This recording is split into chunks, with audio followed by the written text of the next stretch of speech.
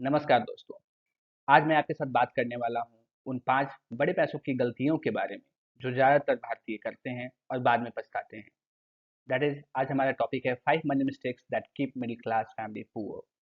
अगर आप इन 5 बड़ी गलतियों से बच गए, तो यकीन मानिए आपकी आर्थिक ज़िंदगी बहुत ही आसान और सुरक्षित हो सकती है।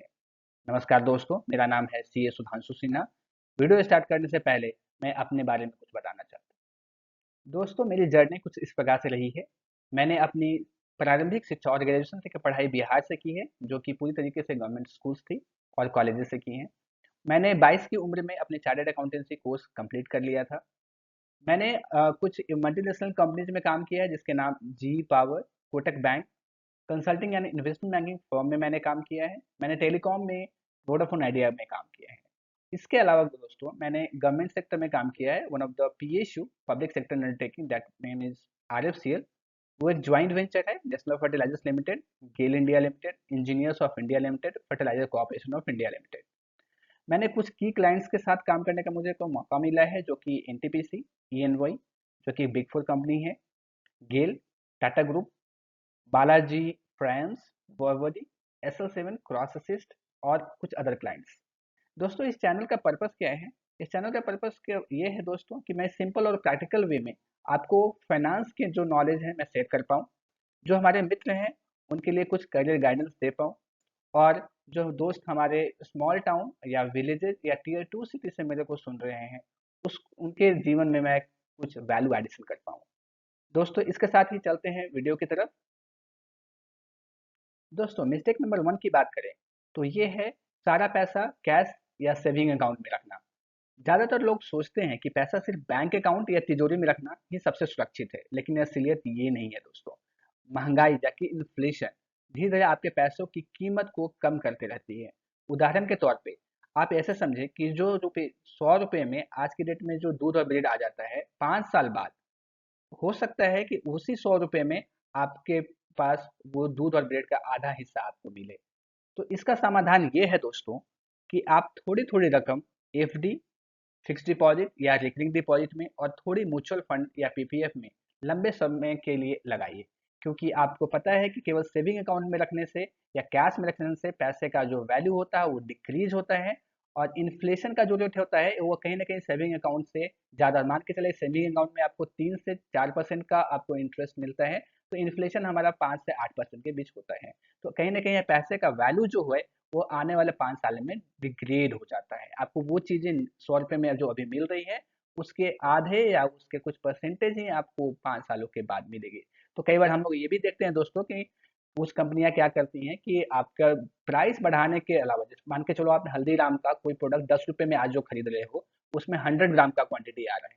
तो 5 साल बाद ऐसा हो सकता है कि वो 10 रुपये के ही आप उनको प्राइस चेंज नहीं करते हैं, 10 रुपये में ही वो आपको 90 ग्राम का वो मिक्सचर या जो पीनट्स या कुछ भी मूंग दाल होते हैं, वो आपको 90 ग्राम, तो वो प्राइस को इंक्रीज ना करके क्वांटिटी को डिक्रीज कर देते हैं। ये इसलिए किया जाता है ताकि वो कस्टमर की नज़र में रहे कि उन्होंने प्राइस इंक्रीज नहीं किया है, और वो कॉम्पीट कर पाए अपने कॉम्पिटिटर से। तो हमें क्या करना है दोस्तों, हमें सेविंग अकाउंट में बहुत ही मिनिमम पैसा रखना है, या कैश में तो बहुत ही मिनिमम रखना है, लेकिन ज़्यादातर पैसे हमें एफडी, आरडी या म्यूचुअल फंड में या फिर पब्लिक प्रोविडेंट फंड होते हैं उसमें इन्वेस्ट करते रहना है। बढ़ते हैं नेक्स्ट स्लाइड की ओर। दोस्तों, मिस्टेक नंबर 2 ये है कि हम बिना सोचे समझे लोन ले लेना। इसकी बात मैंने प्रीवियस वीडियो में भी करा था, कि कैसे हमें इनकम और ईएमआई में एक सामंजस्य बनाकर रखना है। क्रेडिट कार्ड बिल हो गया, पर्सनल लोन हो गया, ये सब सिर्फ कई बार हमारे लाइफस्टाइल दिखाने के लिए लिए जाते हैं दोस्तों, लेकिन ईएमआई आपकी सैलरी का बड़ा हिस्सा वो खा जाती है। तो नियम याद रखें, आपको मैंने पहले भी इसके नियम बताए थे, कि हमारा ईएमआई में 30% ऑफ इनकम से ज़्यादा नहीं होना चाहिए। कि अगर आप 30% से जा रहे हैं, तो कहीं ना कहीं आप अपने जो safety zone of the personal finance है उसको आप इंक्रीज कर रहे हैं, और आपको लॉन्ग टर्म में ये परेशान कर सकती है। तो आप याद रखिए कि आपका ईएमआई में 30% से ज़्यादा इन्वेस्ट ना हो। और इसके अलावा ये भी ध्यान रखिए कि लोन तभी तक लें जब आपको बहुत ही ज़रूरत है। फॉर एग्जांपल, आप लाइफ़स्टाइल को मैनेज करने के लिए ईएमआई ना ले, आप घर बनाना हो या आपको शिक्षा के लिए चाहिए, तभी आप लोन की तरफ जाएँ या उधार लें या किसी से भी कर्ज लें। बढ़ते हैं मिस्टेक नंबर 3 की ओर।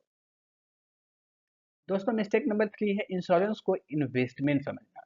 ये क्या होता है दोस्तों, लोगों को कई बार ये मिथ्या होती है कि हमने इंश्योरेंस ले लिया इसका मतलब हमने इन्वेस्टमेंट कर लिया। ये सबसे बड़े फॉर एग्जांपल आपने कई बार होते हैं, आप देखते हैं कि हमने एलआईसी पॉलिसी ले ली या कोई भी ट्रेडिशनल इंश्योरेंस प्लान को हम लोग घर में ले लेते हैं और सोचते हैं कि हमारा फ्यूचर तो सिक्योर है, इन्वेस्टमेंट हमने कर दिया। लेकिन हकीकत ये नहीं है दोस्तों। आप ये समझो कि इंश्योरेंस का जो पर्पस होता है वो होता है प्रोटेक्शन। जैसे कि कोई हेल्थ का इंश्योरेंस आपने लिया, बाइक का इंश्योरेंस लिया, वो आपको किसी भी इमरजेंसी सिचुएशन में आपको प्रोटेक्ट करती है। इन्वेस्टमेंट का पर्पस होता है वेल्थ का क्रिएशन, कि जो आपने 100 रुपये इन्वेस्ट किया वो आने वाले 5 साल 10 साल में वो 200 हो जाए, 1000 का 2000 हो जाए, लाख का 2 लाख हो जाए। ये इन्वेस्टमेंट का पर्पस होता है। इंश्योरेंस का होता है कि आपको इमरजेंसी सिचुएशंस में आपको प्रोटेक्ट करे। तो बेस्ट ऑप्शन क्या रहता है दोस्तों, इंश्योरेंस के लिए आप टर्म इंश्योरेंस करें, इन्वेस्टमेंट के लिए एसआईपी पीपीएफ में जाएं, एफडी करें, या जो भी आपको लगता है जो आपके लिए सेफ है, जैसे भी आपको लगे, लेकिन आप इस मोड में इन्वेस्टमेंट को जाएं, दोनों को मिक्स ना करें। ये साधारण से ऐसे समझ सकते हैं आप कि एक साधारण टर्म इंश्योरेंस लीजिए जिसका प्रीमियम कम हो और कवरेज ज़्यादा हो, और निवेश के लिए अलग से एसआईपी और पीपीएफ या एफडी जो भी आपको उचित लगे उसमें इन्वेस्ट करें। बढ़ते हैं मिस्टेक नंबर 4 की ओर। बात करते हैं मिस्टेक 4 के बारे में। यह है बचत को टालते रहना कि सैलरी बढ़ेगी तब शुरू कर लेंगे। तो बहुत लोग सोचते हैं कि अभी कमाई हमारी कम है, कल से बचत शुरू करेंगे जब हमारी सैलरी इंक्रीज हो जाएगी। लेकिन सच ये है दोस्तों कि वो कल कभी नहीं आता। जैसे जैसे आपकी सैलरी बढ़ती है दोस्तों, आपकी खर्चे भी बढ़ते जाती हैं। तो जितनी देर से आप बचत शुरू करेंगे उतना ही कंपाउंड इंटरेस्ट का जो जादू है, जो मैजिक है, उसको आप मिस कर देंगे। फॉर एग्जांपल के लिए आप यहाँ देख सकते हैं कि जो हम मान के चलो एसआईपी में हमने इन्वेस्ट किया एट द एज ऑफ 25 और किसी ने 35 में किया, तो जो गैप है, जो हमारा जो कॉर्पस बनता है, जो हमें फाइनल वैल्यू जो मिलती है, वो दोनों में गैप बहुत बढ़ जाता है।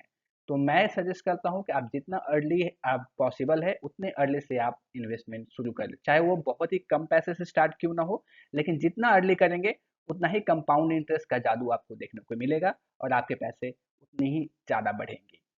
तो आप अगर 500 से स्टार्ट करना चाहते हैं, 1000 से स्टार्ट करना चाहते हैं, जितने भी आपको लगता है, जितने आप सक्षम हैं, लेकिन शुरुआत आज से कीजिए दोस्तों। बढ़ते हैं गलती नंबर 5 के।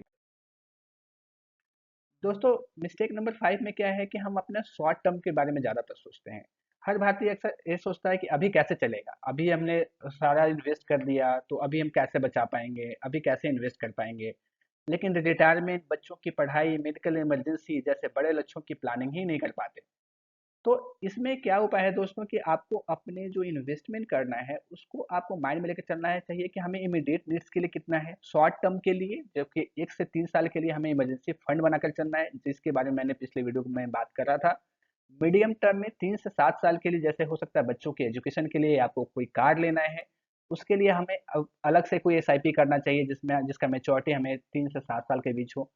और एक लॉन्ग टर्म के लिए प्लानिंग करना चाहिए जिसमें मान के चलो आप रिटायरमेंट के बाद या कोई आपको मान के चलो कोई ऐसा कोई कॉर्पस चाहिए, कोई ऐसा फंड इकट्ठा करना चाहते हैं जो आपको रिटायरमेंट तक या मान के चलो 10 साल 15 साल में आपको चाहिए होगा, उसके लिए हम लॉन्ग टर्म प्लानिंग करते हैं। तो ऐसे बाइफर्केट करने, ऐसे अलग अलग कर लेंगे तो आपको ना इन्वेस्टमेंट करने के लिए बहुत ही ईजी रहेगा और आप अच्छे से इन्वेस्ट कर पाएंगे कि आपको किस फील्ड में, किस म्यूचुअल फंड में, किस एसआईपी में कितना इन्वेस्ट करना है। फॉर एग्जाम्पल के लिए आप मान के चलो लॉन्ग टर्म में 100 रुपीज़ 1000 रुपीज़ से स्टार्ट करते हो जो लंबे समय के लिए, मीडियम टर्म में मान के चलो आप 1500 से स्टार्ट कर लो, शॉर्ट टर्म के लिए आपको कुछ मान के चलिए 1 से 3 साल में चाहिए, तो मैंने बताया था कि आपका एक्सपेंसेस का जो आपको मंथली एक्सपेंसेस है उसके 3 से 6 महीने का एक्सपेंस आपको शॉर्ट टर्म में इन्वेस्ट करना चाहिए, वो कभी भी आपको जरूरत पड़ सकता है। और इमीडिएट नीड्स तो आपको पूरा करना ही है। आप भले ही लाइफस्टाइल पूरा करो ना करो, इमीडिएट नीड्स जो मैंने बताया था पिछले वीडियो में उसको तो आपको किसी भी हाल में पूरा करते ही रहना है।